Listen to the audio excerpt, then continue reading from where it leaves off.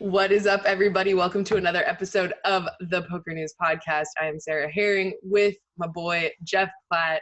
Jeff, I swear, I don't know what you're doing with your life, but it seems like you're really busy all the time. I'm just wondering, scrolling through my Instagram, oh, he's just commentating on something else. Oh, he's doing some other really big, important thing. So what has been going on for you the last couple of days?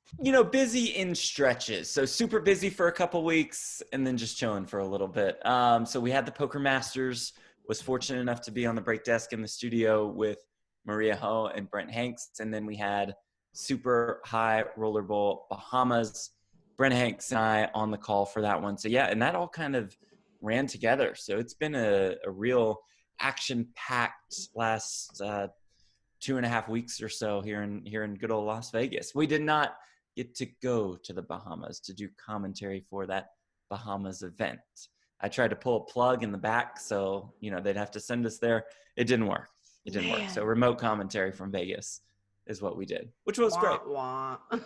Yeah. Whatever. Exactly. It's the same. You go to the Bahamas and you see it's so beautiful, and then you just sit in a window. Yeah, that's true. That's true.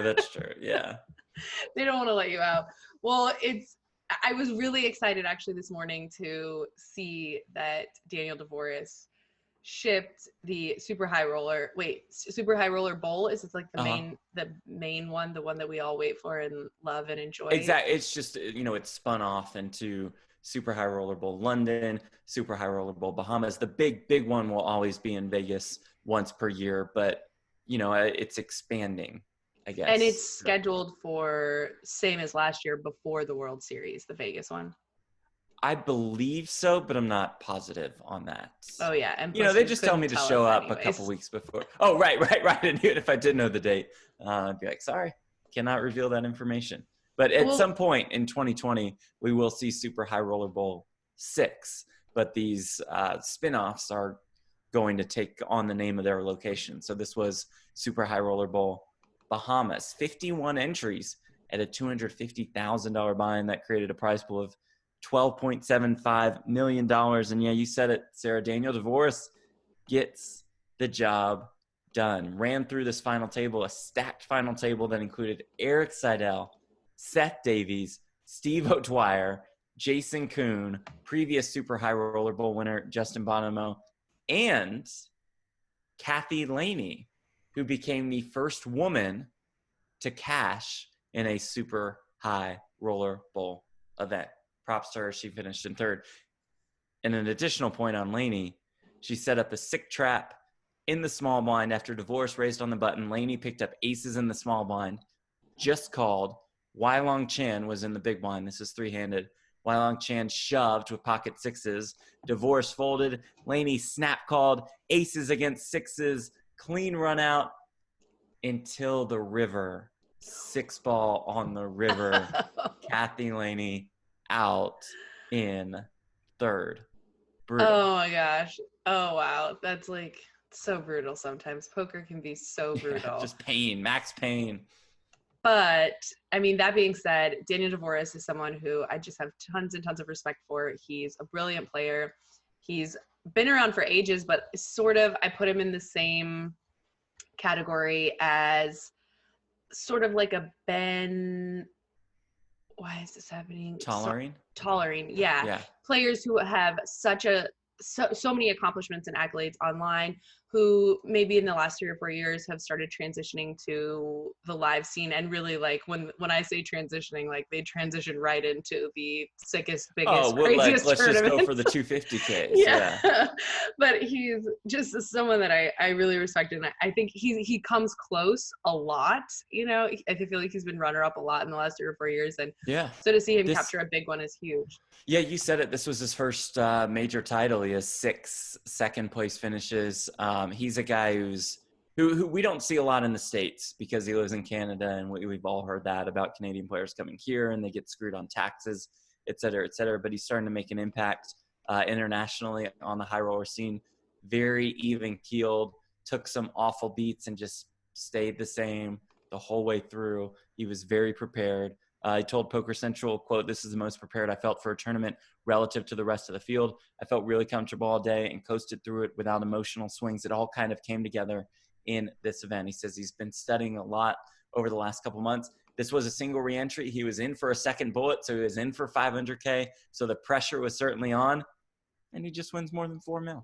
Easy game. Dude, how can it ever be? And of course, I'm not a professional poker player, so this is why I'm sure. But how can it ever be plus EV to be $500,000 into a tournament? Like, it's so especially crazy. In this tournament with all the sickos, right? Yeah. Like, it's like, how big can your edge really be? I mean, there were some recreational players in this one, but still just an absolutely stacked field, which is what I love, because these guys like just want to compete with the best of the best because they believe they can and they believe they can win, which makes this high roller scene so fascinating, because as we've said time after time, it's really the same group of, you know, anywhere from 20 to 40-ish players.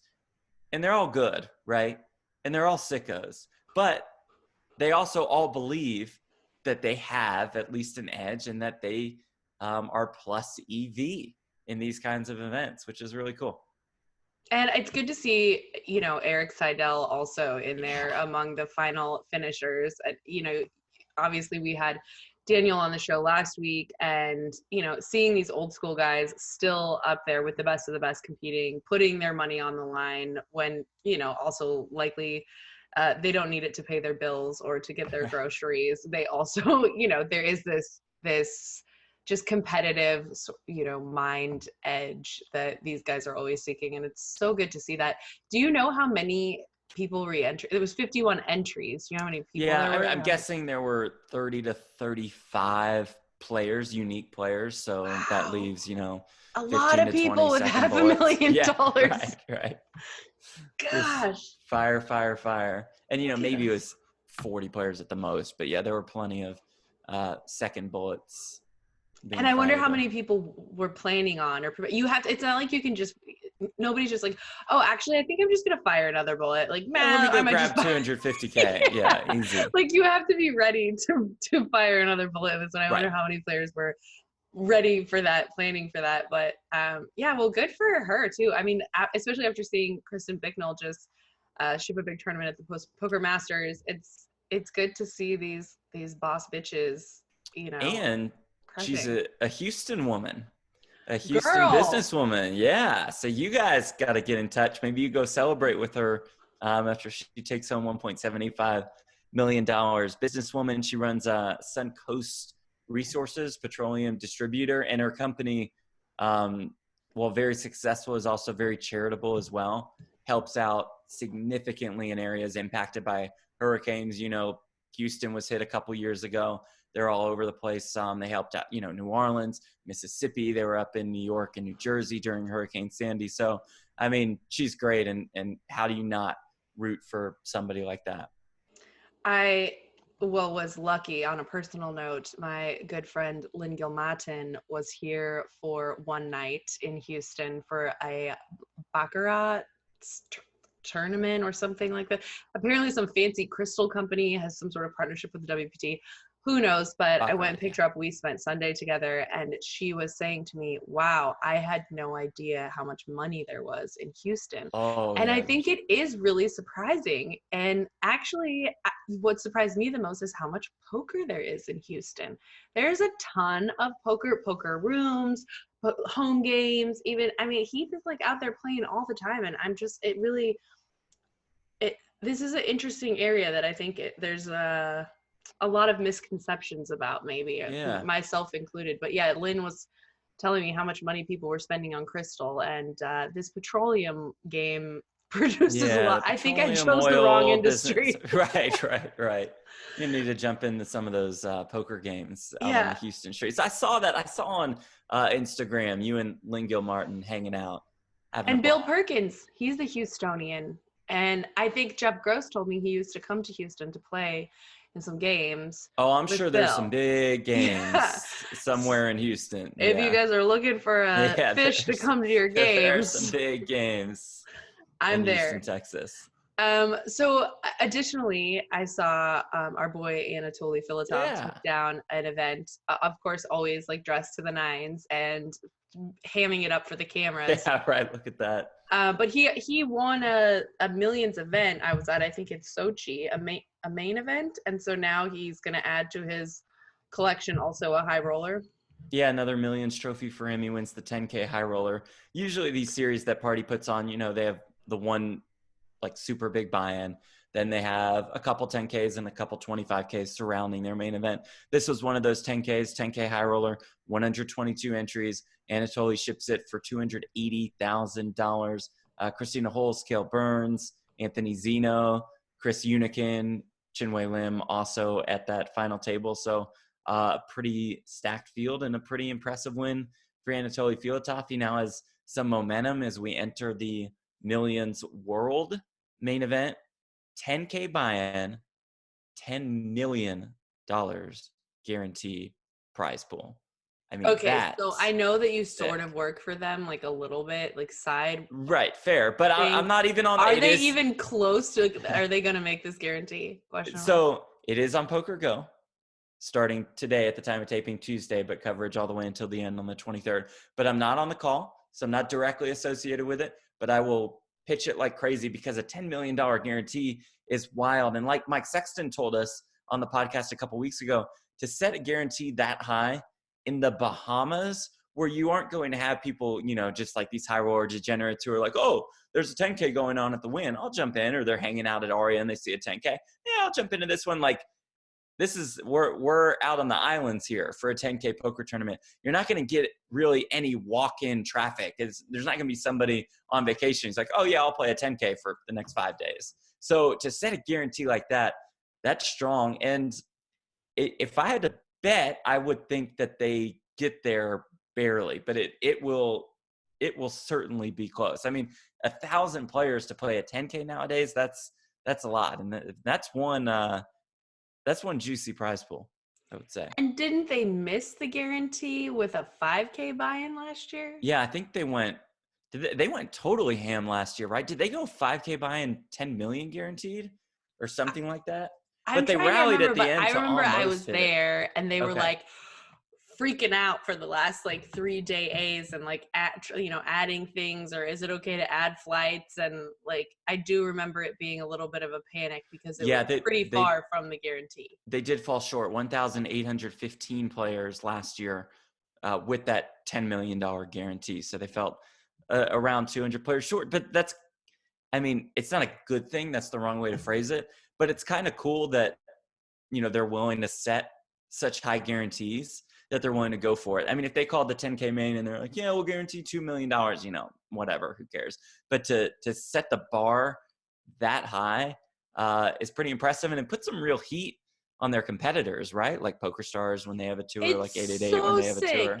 Yeah. And they miss their guarantees enough that I would wonder sometimes if they were going to change it up, mix it up, but they don't. And I'm like, for the players, even when I was there last year, they were like, please don't, we don't want you like promoting it too much or talking about it too much, or please don't like call it an overlay.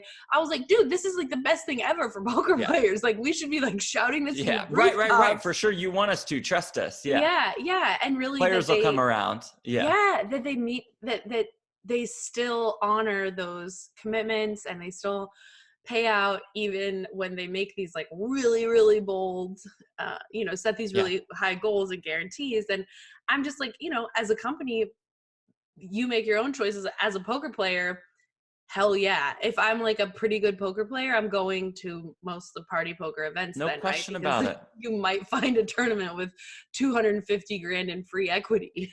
Right. And that's what we're seeing on Twitter, right? How many of or maybe Instagram for you, how many of the people you're following are posting pictures of the Bahamas resort in the Bahamas because they want to attack these stops. And I think it's great what they're doing.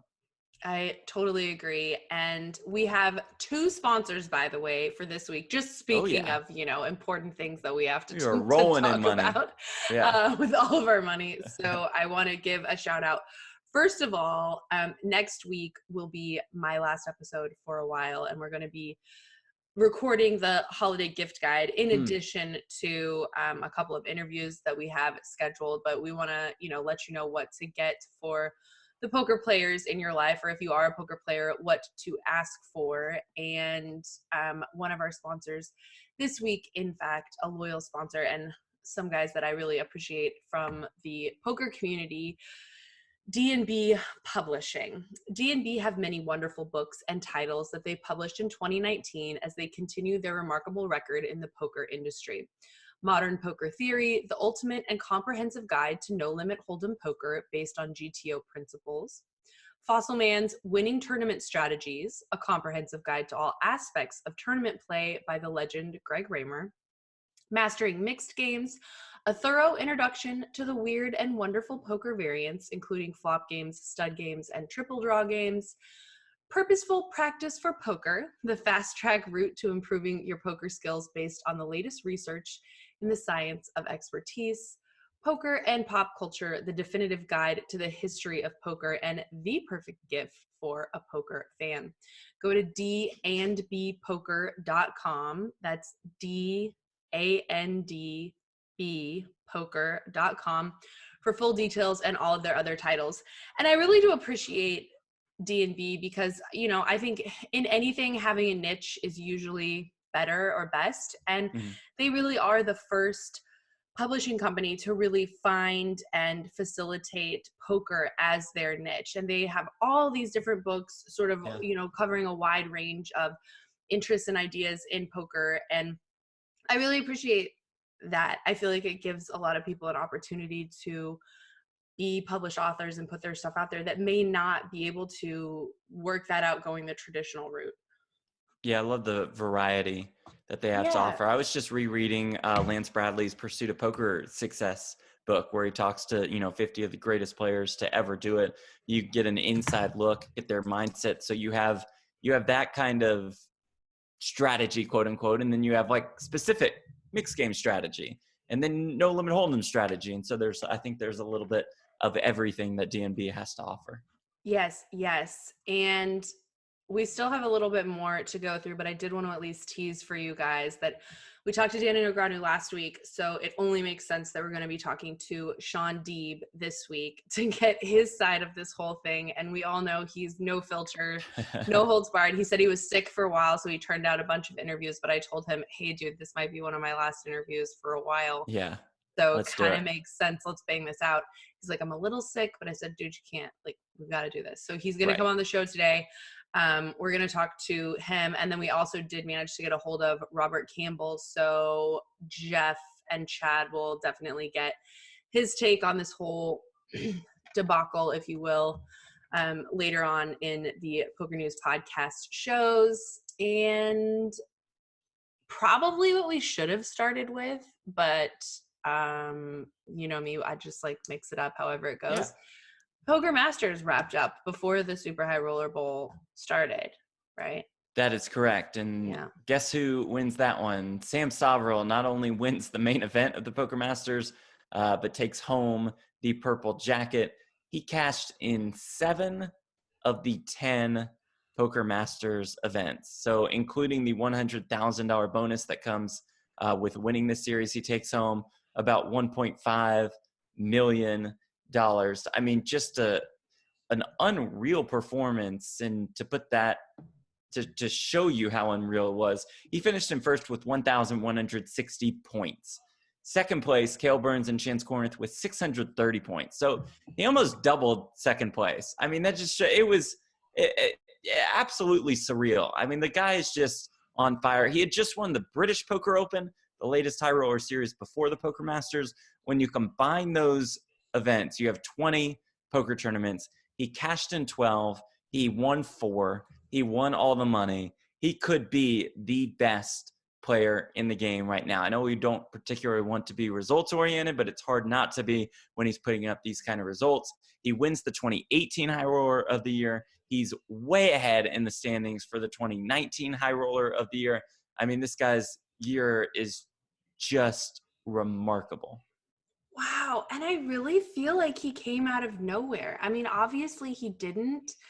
I mean, everyone on the high roller sort of circuit or scene knew him already, but I feel like this year specifically, maybe a little bit of the year before, but it feels to me like he just came from nowhere. Yeah. where was, how did this happen? Yeah, I mean, maybe he was playing cash before. I don't know, but you're right. Last couple of years, it's like, bam, here's Sam Soverel, and he's making an impact. I did, Sarah, bluff him out of a pot in, I think, the 2014 main. So I've been familiar with him for a while. I'm holding that one over him. I'm sure he remembers that hand specifically, and it haunts his dreams. That's right, Soverel, take that.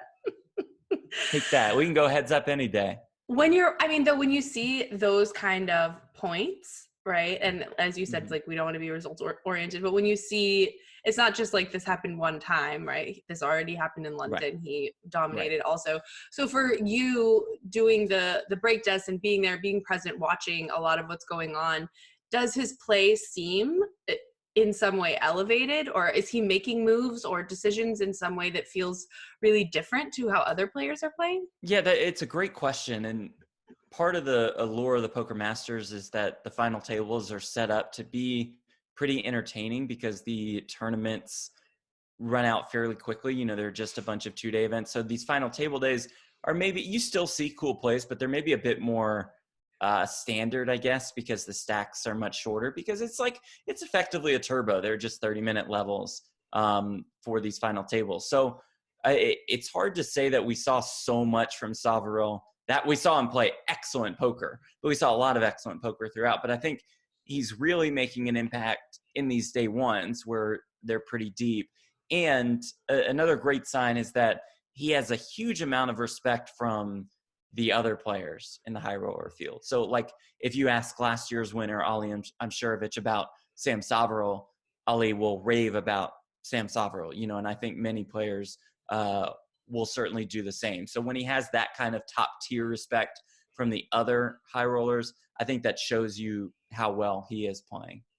And you're probably right. I mean, I do know that he was playing high stakes cash before. So I do think there's something to be said for taking those cash game skills, playing those deep stacks. If you can play a deep stack really well, you should be able to adjust to then later playing however. Like, but if you're playing tournaments, yeah, exactly. But then if you're going to be the winner, hopefully you get to play deep stack poker the whole time. True. Yeah, he's really good at that, obviously. So good for him. And yeah, I hope that his accolades and his success in the last year will overshadow the angle shooting drama that I still think of when I think of him. Oh yeah, I'm pretty sure about the he only has to win like Series. 2 more tournaments, and then I will forget about it. Finally. Okay. I think he'll get there pretty quickly. Okay, good. Well, we want to give a shout out to one of our other sponsors as well. While we're talking about sick bosses, Phil Galfond set out to create an online poker site that had poker players in mind, and one way he has achieved this is by giving players rake back. At least 51% of the rake generated by players at Run It Once is given back to the community via Splash the Pot. Everyone who downloads Run It Once via once.run/pnpod is entitled to a welcome bonus worth up to €600. Each deposit you make into your Run It Once account for the first 30 days is matched 100% up to a maximum of €600 in total. All you need to do then is play some real money cash games and generate rake to release this bonus into your account. There's no expiration date on the bonus as long as you play at least one raked hand every 30 days while the bonus is active. That's once.run/pnpod. Once.run/pnpod. I've said it like 80 times and I still had to look it up today, so I'll just keep saying it every time. And we know that Run It Once is, you know, you can play poker on Run It Once, but it's also a training site. And one of their coaches is Daniel Dvoress, super high rollerbolt Bahamas champion. I was actually going to say that in the beginning, and then I was like, I'm not sure if they're still associated, so I better not say anything just in case. Good call. That was one of the very first times that I was interviewing someone. Oh, also Ben Tollerine too, right? Oh, look at me just making all these little connections. But I remember interviewing Daniel Dvoress and saying, a coach on Run It Up, and then realizing these are two different things. Yes. I've continued to do that ever since then. So good job. But Jeff, we've got, before we get to Sean Deeb, which we will do next, and then we'll wrap up the news after Sean. But we've been hinting at and talking about a surprise that you've been working on for a very long time, and I think it's finally time to let the listeners in on what's going on. Yeah, we've been teasing this forever. So on November 25th on Poker Go, the first episode of The Big Blind will be released. Now, this is a game show that merges concepts from your traditional trivia game show with a poker game. It's got a super entertaining cast of contestants, including one Sarah Herring. So we've mentioned this forever. We've hinted at it. And finally, Sarah, it has made its way to Poker Go. It starts on November 25th, where Norm Macdonald battles Chris Moneymaker and Justin Young. We have 6 first-round matchups, 3 people in each of these matchups. Sarah Herring takes on Norman Chad and Mike Matusow. And this is maybe my favorite episode of the entire bunch. There are a lot of good ones. This is like awesome, as I'm sure you would agree with. We won't give away any results throughout the taping of this podcast, but we wanted to let y'all know that it does come out on November 25th. $30,000 prize pool, $15K to first, $10K to second, $5K to third place. And this is basically what people need to do to watch this show, myself included, is have a Poker Go subscription. Yep, exactly. Jump on Poker Go. They have a ton of promo codes. One right now that I know is active is BAH19, BAH for Bahamas, BAH19, or because Brent Hanks messed that up on the broadcast yesterday and kept calling it BAH15, they're going ahead and making that a promo code also. So you can get $15 off your annual subscription by using either BAH15 or BAH19. Either way. We also know that Daniel Negreanu is ambassador for Poker Go. You can use the code Daniel. There are a lot of codes out there to save you a little bit of money, or you can try it out for a month, see what you think, check out a couple episodes of the game show. The plan is to release 1 episode every Monday and Friday. So we'll have 2 episodes a week. That means Sarah's will come out not this Monday, but next Monday, December 2nd. We've got, I mentioned Norm Macdonald's name, Joey Ingram, Jamie Kerstetter, Jared Jaffe, Alex Jacob, a former Jeopardy champ, Ben Yu, Matt Berkey, Prahlad Friedman, recent World Series of Poker main event final tableist, and WSOP circuit ring winner as of last night, Gary Gates, Scott Venner at Broke Mogul on Twitter. We have the Barstool guys, Barstool Nate, Barstool Smitty, including PFT commenter who's big time. Somehow we were able to wrangle him in. So this is, I'm happy with it. I've seen a lot of the finished product, and I host it, by the way. I don't know if did I mention that? I don't think I mentioned that. That's the main reason why people would want to watch. That's the only reason I would promote it.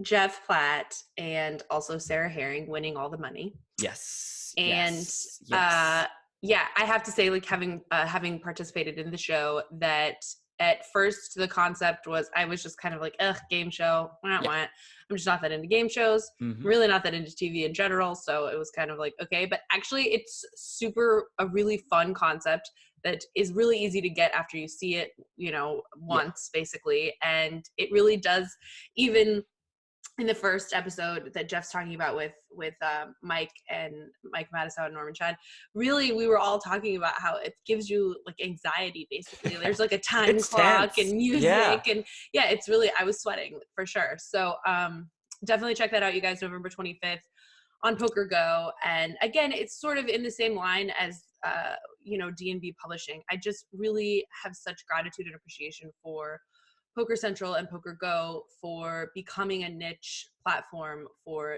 lots of different types of poker content. So whatever type of thing that you're into or you want to see, whether it's watching the Poker Masters and the Super High Roller Bowl, or like maybe one night you just want something like a little more fun with some other personalities, and you check out the Big Blind. It really is good content that runs the gamut regardless of what you feel like or what you're interested in. And if you love poker, I think you won't be disappointed. Yeah, and that's why I think Sam Simmons and the whole team at Poker Central deserve a lot of credit, because it'd be very easy for them to just do, final tables. And that's it. That's all. Here you go. We're your home for the final tables, because That would That's enough. also be great. Yeah, Yeah. and that would be enough to get a lot of people to click on Poker Go. But they're willing to go outside the box to expand their content, to include some original programming. And this is where I think our creator and producer, John Bovenizer, deserves a lot of credit, because he came up with this concept. You know, Sarah, you said it. It's hard to make a game show different, unique, entertaining nowadays, because we've seen so many variations of that trivia game show. But we took that trivia part and we made a poker game out of it. Yeah. So even if you don't know an answer, you aren't quite dead, and you guys will see how this works. But there are bluffs included, and I also think it's easy for the audience to play along. Yeah. Not only do you get trivia questions, but you get a video finale which features one of these big poker hands, and you kind of put yourself in the mind of a player, not just a contestant, but a player in that actual poker hand. So there are a lot of elements of the show that we're really happy with, and it's really, really competitive throughout the first round, throughout the quarterfinals, throughout the semifinals, throughout the 3-person finals. It's great. We're high on it. We're happy about it. Let's do it. And it took you guys such a long ass time to get it done that I feel like yeah. I've got really high expectations at this point. Oh, great. It's better be really good. I feel like it's got to be really, really a gem. And I'm excited for you to see it, because when our contestants see it, you know, and they see the questions, it's presented to them in a very, you know, basic format, right? Like everything is just kind of looks like a Microsoft Word document. But when you see the finished product and how cool it looks with the graphics and the music, I think you'll really like how it turned out. And obviously, since I'm so rich since the show, I really, yeah, spoiler I have alert. a lot of gratitude for them having me on, because it really helped me out in my life a lot. All right, so one more little news piece before we get to the dramatic interview with Sean Deeb. Let's just run good Tulsa. Yeah, RunGood Tulsa. I put this in the rundown as Sam Washburn and his mustache win the RunGood main, because this is a stash. This is one of those handlebar mustaches. I mean, it is intense. So I'm gonna screen share really quick so that everyone can see this please stash. do. He wins more than $43,000 after a chop with RunGood ambassador Justin Gardenhire. Good for Gardy with a big score. There it is. There he is. The legendary so good. Sam Washburn. A final table at RunGood, of course, has to include Is that Blair 7 Hinkle. Deuce? Oh, did he win it with the 7 deuce? Wow. Yeah, he did. Of course he did, Sarah. Fucking I mean, come legend. on. Of course he did. Blair Hinkle, another final table. I mean, that guy final tables every single RunGood main event. It's so sick. Matt Waxman back in the poker mix. So he finishes in 4th. Boston Rob from Survivor out in 7th. PokerNews podcast family member Bernard Lee out in 8th. So pretty stacked field at the RunGood stop in Tulsa. What is going on in Tulsa? Like, why is Waxy in Tulsa? I mean, this is a pretty ridiculous final table for right? For a RunGood Tulsa $675 main event. And actually, I have to say, even from being in the Slack channel of in Boston Raw, but being in the Slack channel of PokerNews, there were several PokerNews family members, one of which is a photographer, a Czech girl who's wonderful photographer, and Chad Holloway. I think we mentioned that last week maybe, but basically Team PokerNews did great at the RunGood series. And yeah, Katerina, we crushed in Tulsa too. So I don't know what's going on in Tulsa, but it seems like a stop I didn't realize everyone was going to. I mean, I think it shows you, and we've praised the RunGood series in Tana pretty heavily throughout, but it like shows you, like Blair Hinkle doesn't have to be playing a $675 tournament in Tulsa, right? Matt Waxman doesn't have to be playing that. Boston Rob, et cetera, et cetera. They play because they enjoy it, because this poker series is set up so that everybody has a good time, and that proves itself. And I saw Johnny Vives made his first RunGood stop there. This just proves itself time and time again. Pretty cool. Yeah, with his dog Calvin, which I was really happy to see about. All right, well, I know you guys have all been waiting and dying for. I actually am super excited about this interview. I love Sean. I can't wait to get his side of this whole drama that has gone down. So let us welcome to the show the one and only Sean Deeb.